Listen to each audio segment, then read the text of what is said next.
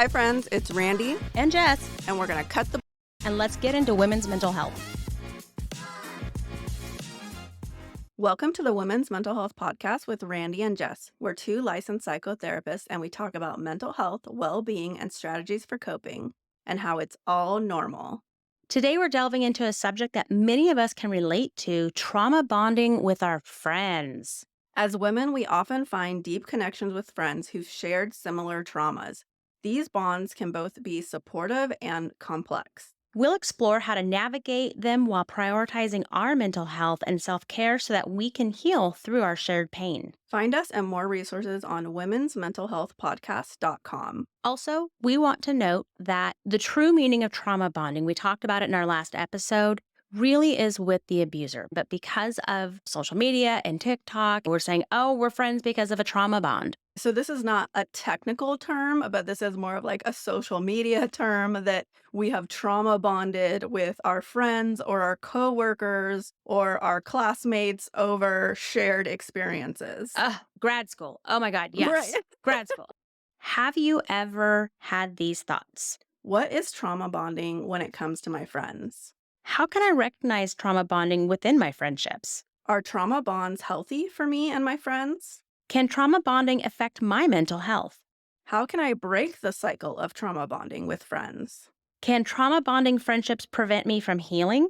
Are there risks in trauma bonding with friends? How can I foster healthy relationships alongside trauma bonding? Where can I find additional support when dealing with trauma bonding?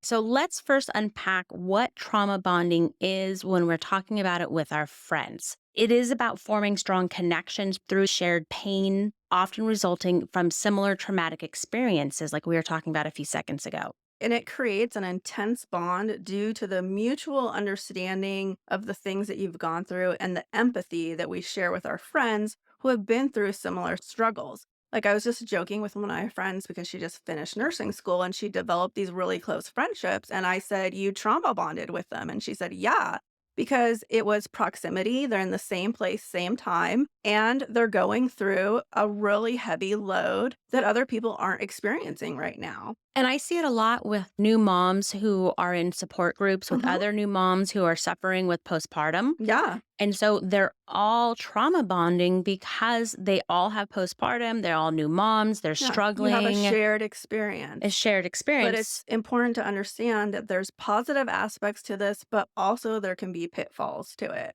Absolutely. I see a lot of the pitfalls. So while we're looking at these connections, they're very valuable, but sometimes they can really blur the boundaries. And it's important to recognize when a bond becomes unhealthy. And so that's why we're going to share some of our insights here and what we've seen as therapists. It's important to set clear boundaries and identify the signs of codependency to prevent these bonds from becoming detrimental to our mental health. And so boundaries are really hard to learn and maintain.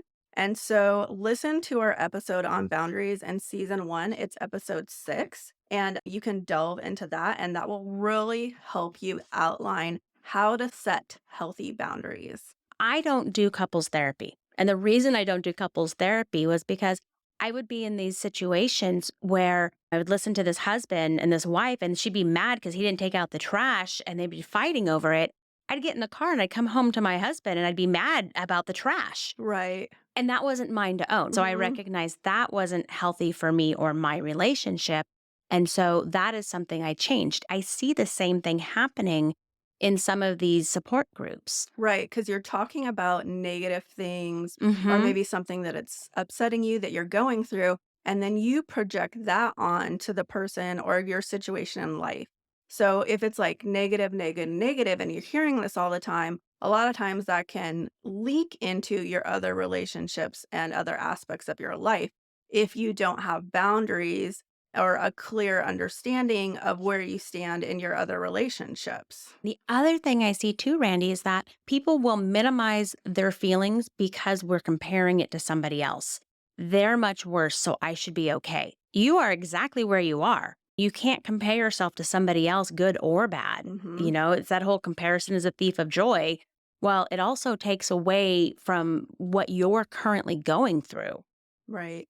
So, this can really impact our mental health. And let's talk about that because, like we said, it's a double edged sword.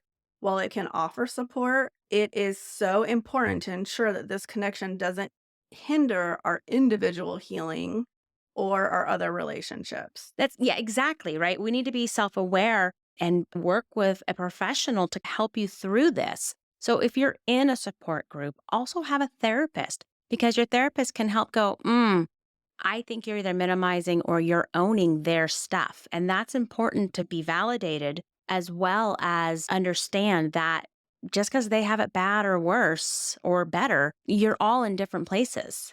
You don't need to take that on as your own, Hmm. too. So, we're going to talk about how to identify if your friendship has turned unhealthy and toxic, and some signs that your friendship is headed down a path that you might want to veer away from.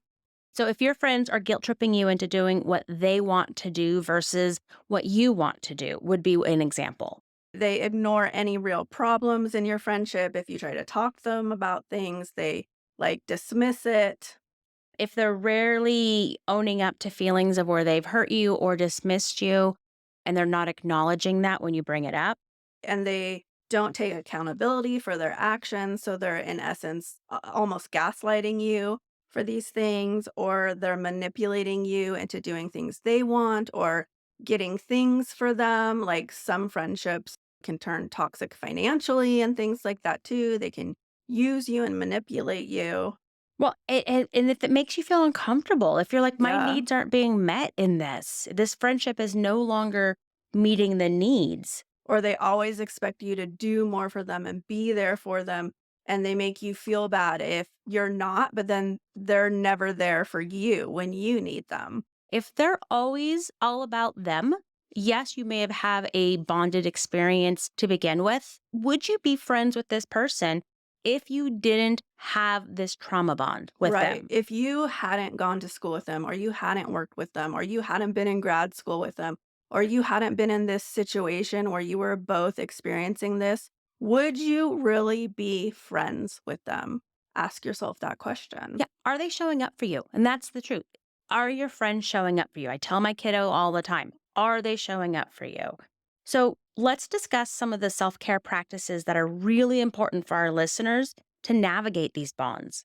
It's important to prioritize your own mental health and well being while supporting friends too. You still need to support yourself. So it's important to do mindfulness exercises, grounding techniques, even journaling to help process your own emotions over the trauma or experiences that you have gone through. Let's remember that having friendships that you have formed during these traumas, they really can be a source of immense strength for you.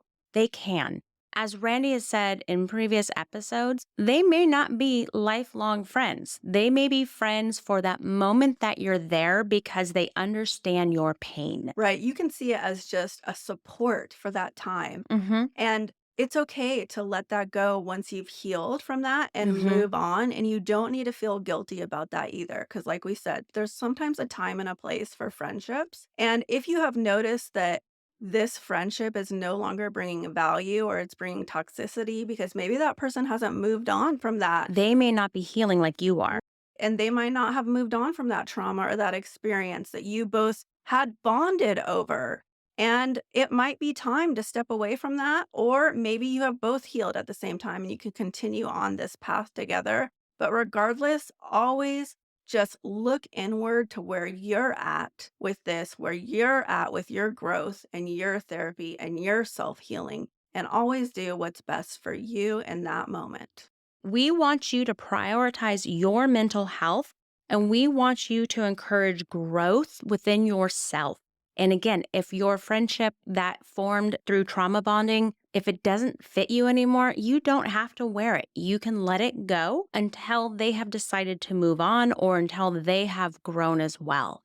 Just because you were friends once doesn't mean you have to be friends for life with this. And just remember that your mental health is just as important as your physical health. And taking care of ourselves should always be a priority.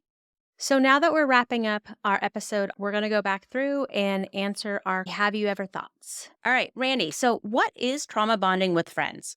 So, trauma bonding with friends occurs when individuals who have experienced similar traumas form a strong emotional connection based on shared pain and suffering.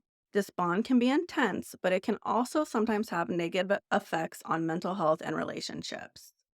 So, Jess, how can I recognize trauma bonding within my friendships? You can recognize trauma bonding within friendships by observing the signs such as excessive reliance on each other for emotional support, difficulty setting boundaries, and a blurred sense of individual experiences and identities. So, if you can pay attention to whether your friendship is primarily based on shared trauma rather than a balanced connection, that's when you can go, okay, this might just be a trauma bond. So, Randy, are trauma bonds healthy for me and my friends? It depends. They're not healthy if they take on a form of toxicity. They can provide understanding and support, but they can also enable destructive behaviors and hinder personal growth and healing. So it is essential to establish healthy boundaries while you are working through their trauma because you might not be on the same path of healing from that experience as your friend is. So you kind of need to meet each other where you're at. Just can trauma bonding affect my mental health?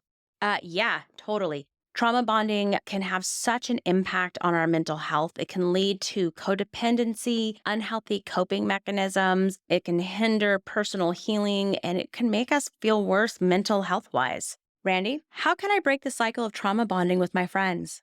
Breaking the cycle of trauma bonding involves setting boundaries, promoting open communication, seeking therapy, and focusing on your own individual healing and growth. It's also important to build supportive friendships based off of mutual respect and shared interests. Jess, can trauma bonding friendships prevent me from healing? Yes. The problem with trauma bonding is that it can hinder your own personal healing and it can really just keep that unresolved pain front and center. Continuously sharing trauma over and over again without really processing it with a professional can really stop you from moving forward. So it's really important that if you're going to be in any of these support groups or that you're going to be in friendships where these traumas are similar, that you have somebody who can walk you through and help process what you're feeling. And I see this a lot with infertility. There's Hmm. so many boards out there that you can get on for infertility that people just feel very lost and abandoned when the person who was on there was leading it gets pregnant and leaves. They Yes. don't come back and talk about their experience. They just leave. Yeah, and it perpetuates another feeling of abandonment. I even noticed that too in joining weight loss support groups, is Mhm. that I found there was a really huge negative culture with it. And while I was doing well and losing weight, other people would get bitter or jealous that they weren't where I was at. And so it would created this really toxic environment. And I had to leave a lot of support groups I was in because I felt like it was dragging me backwards instead of helping me move forward. So it's really important to be self-aware of those things, and if there's red flags like that that are holding you back from healing and growing. So, Randy, are there any risks in trauma bonding with friends? Yes, there can be risks in trauma bonding and friendships. These include being stuck in the past, experiencing triggers. Maybe that friend is bringing up something that they went through that also triggers you, developing an emotional codependency that can hinder your personal growth. And so it's really important to recognize these risks and prioritize your own healing. Just how can I foster healthy relationships alongside trauma bonded friendship? It's really important to focus on your individual healing that is beyond just the shared trauma. It's important to establish healthy boundaries and build connections based upon shared interests and values. So, you guys had a shared experience and you can be friends. Take that beyond just talking about the trauma. Take that to go hiking. Take that to go build relationships with others that are not just about that trauma. Seek support from your friends who prioritize their own personal growth, who can offer the mutual support that you might need. Thank you all for tuning in to the Women's Mental Health Podcast. If you found this episode insightful, don't forget to subscribe, share, and leave us a review. Stay tuned for our next episode where we'll continue exploring topics to empower your emotional and mental health journey. Until next time, take care and be kind to yourself.